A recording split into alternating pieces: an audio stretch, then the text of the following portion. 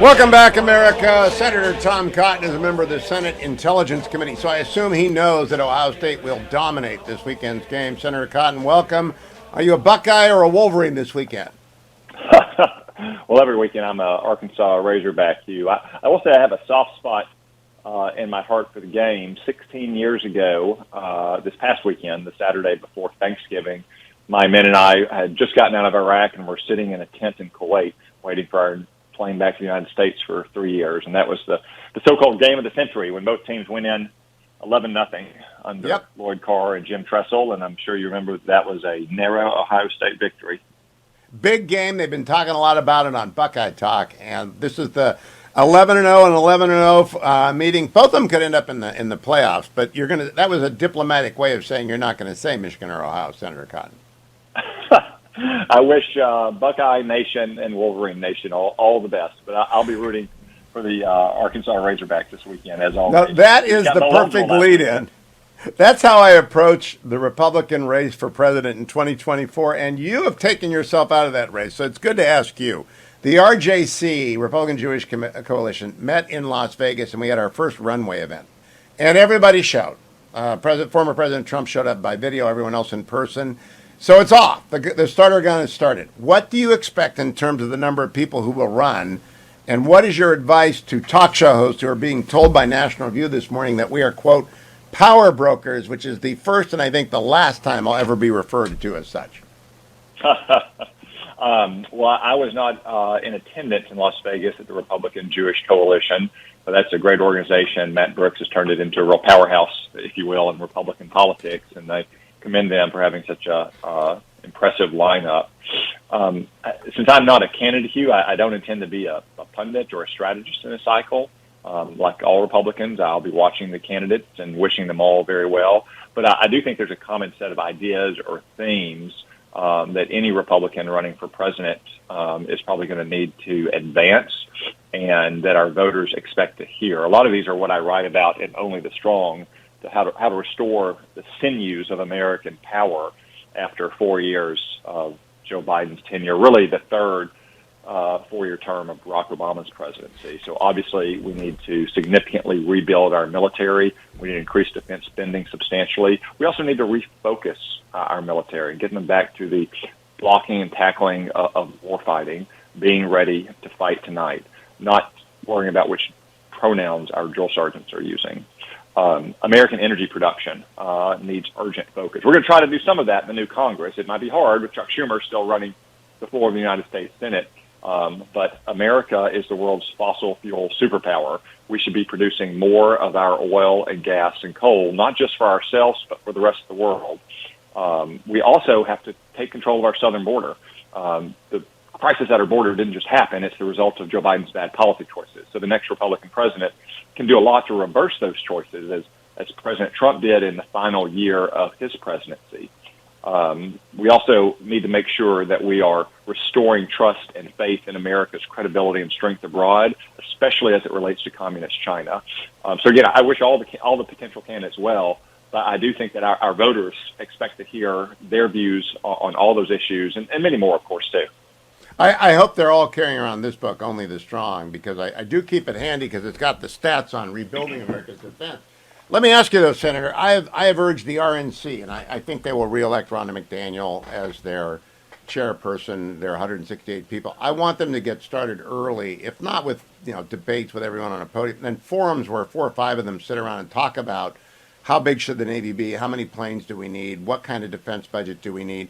Do you think the RNC ought to be early out of the gate? Because those will generate audiences, and they would generate small dollar donors, and they would elevate the arguments that Republicans want to make, among themselves, of course, but also more broadly, what differentiates Republicans from Democrats. Do you want the RNC to get this thing going sooner or later?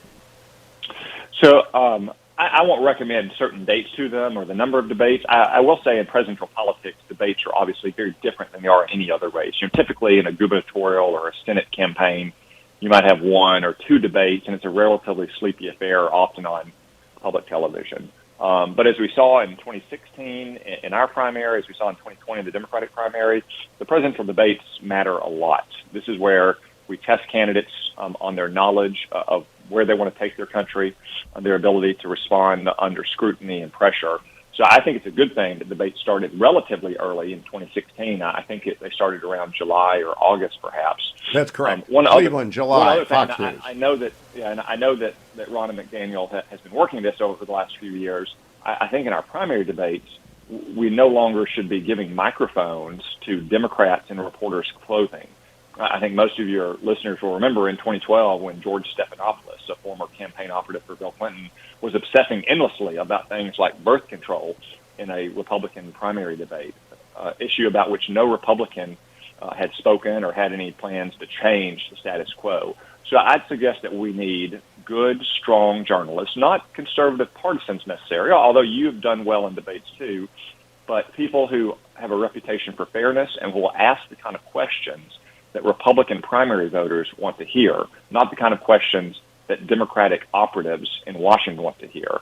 So someone like, say, a Brett Fair or Martha McCallum, in that mold, not former Byron Democratic York, operatives, as we too often Henry have. Olson, Mary Catherine Ham, Guy Benson. There is a long list of people who are neutral as to which Republican, but could ask good questions. And those are all good examples of center-right opinion journalists. There are plenty of good, straight news reporters and news anchors, though, who could hold down the moderator chair. You could also maybe have debates that have a specific angle to them, like have someone such as Jennifer Griffin or Lucas Tomlinson if you wanted a debate to focus more on defense policy and the world. So there's a lot of great reporters and center-right opinion journalists out there who would be good moderators and questioners in our debates. We don't need Democratic partisans that are wearing reporters' clothes in those debates.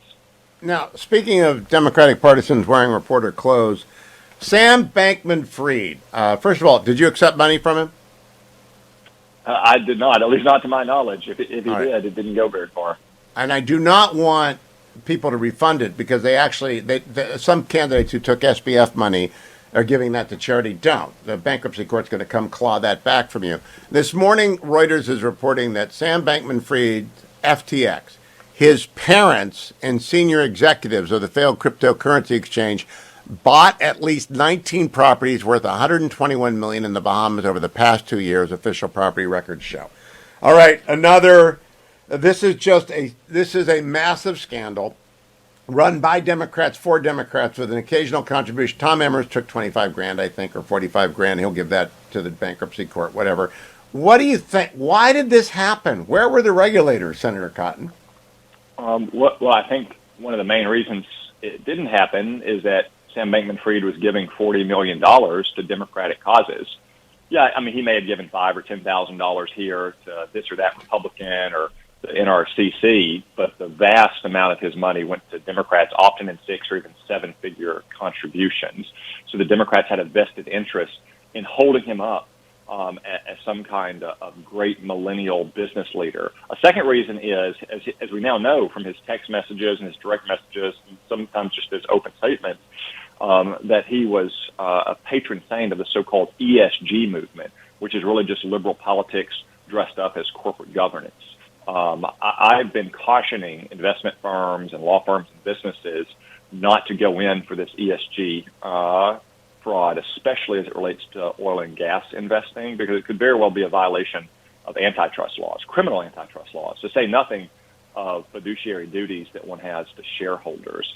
So Sam Bankman-Fried, as by his own admission, kind of mouthed all the right platitudes, all the left-wing catechism at the time he was building what increasingly seems like a Ponzi scheme. Now, there's a lot we don't know yet. It's still breaking fast, and unfortunately, it looks like it may get worse for the investing public and his customers as we learn more. But I think I've heard you call him, Hugh, the millennial Madoff, and I think that's a well-put term. Now, well, he is, and there are 1 million people that he owes money to that aren't going to get paid back, and I want this to be dived in deeply. I know there will be a criminal prosecution here. I suspect there will be a criminal prosecution, so you won't want to get in the way of that. But as to your perch on judiciary and intel, do you expect SBF to be sitting in front of you and answering questions? At some point, Hugh, I'm sure he's going to be in front of Congress. Remember, he's been in front of Congress already. The Democrats invited him in a friendly, cordial setting, even came to his defense against any criticism. Let's just say I suspect it'll be somewhat less friendly. Now, Hugh, in the end, it might be in the House of Representatives with the Republican chairman if the Democrats don't want to dig too deeply on what increasingly looks like a Ponzi scheme that in part helped feed the Democratic Party in the 2022 elections. A quick question about effective altruism, the movement in which he wrapped himself. I think it's all kind of seminars and blue check elite. Why not give money to Salvation Army and Prison Fellowship and the people who do the good work? I mean, why do we have to invent a new way of helping the poor, Senator Cotton?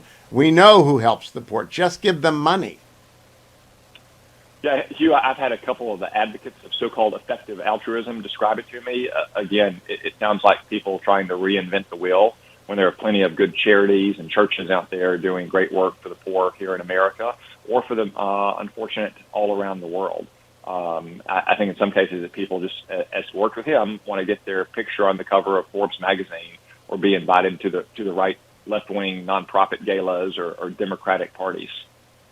So, Senator, closing this down, in terms of the Herschel Walker campaign, does 50-50 matter on Senate Armed Services as opposed to 49-51? I'm telling people in Georgia they got to vote for Herschel because we need 50-50 on the Senate Armed Services Committee. Am I right?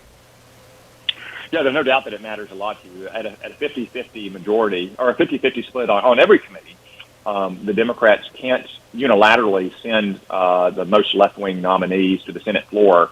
It takes them much longer, and sometimes that has led to us defeating the worst nominees. Of course, when you get to the Senate floor, it only takes one Democrat to defect because they realize how terrible a nominee would be once in office.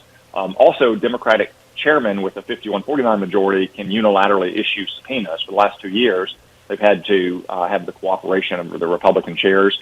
And, of course, we're just one vote away. If it's 51-49, there could be a 1 or 2 vote Democratic majority in the Armed Services Committee. Let me just give you one example. I offered an amendment last year, earlier this year, drafting our annual defense legislation that would have prohibited payment of any one of these diversity consultant charlatans in the Department of Defense any more than an E5 sergeant makes, an infantry team leader out on the tip of the spear. I don't think these charlatans should be making more than that fire team leader. It failed by an evenly divided vote. But if Democrats have a majority, it'll be that much harder to persuade one Democrat to come along with us on very sensible policies. I think you're going to get more reasonable Democrats as the 2024 map approaches. Senator Tom Cotton, happy Thanksgiving, and thank you for joining me.